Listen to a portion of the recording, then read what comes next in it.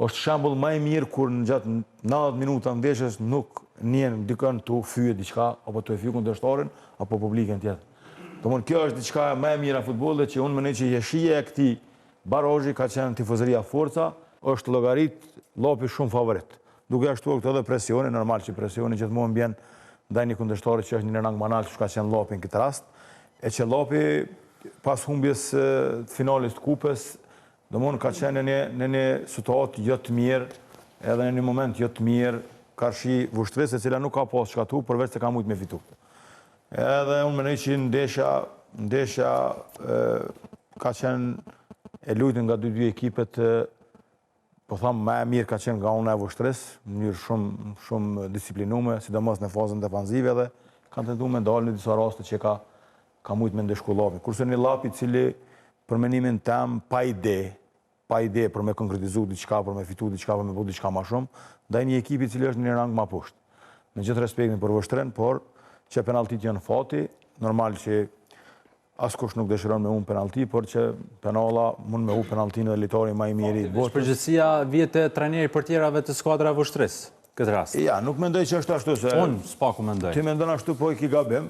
Unë mendoj që portieri te penallat gjithmonë janë fat, domthonë portieri i llopit është edhe ashtu është i gjatë shumë edhe ka përparësi te mbrojtja e penaltive.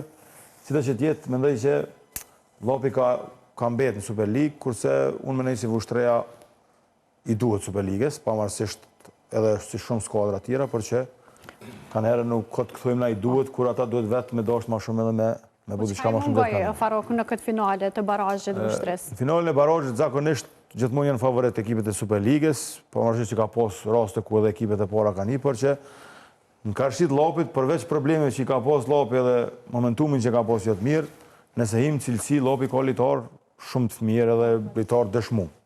Edhe kështu që realisht nëse kemi marrë me analizue, kemi mujt me cilësu llapin edhe si favorit, paktën në përbërjen e ekipes e disa litarëve që i ka.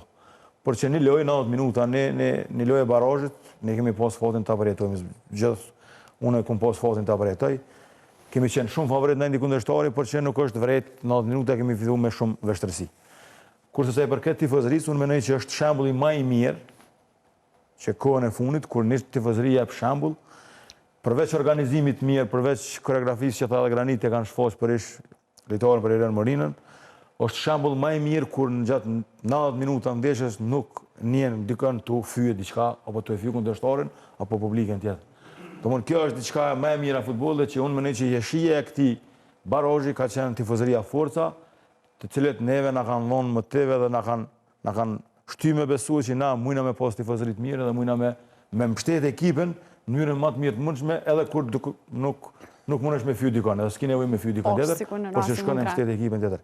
Sinqerisht unë i përgëzoj dhe i falenderoj përzemërsisht forcën për organizimin, për ato çka kanë dhënë në ndeshjen e barazhit, por që fatkeqësisht do të jenë pjesë e ligës së parë edhe për një vit të paktën.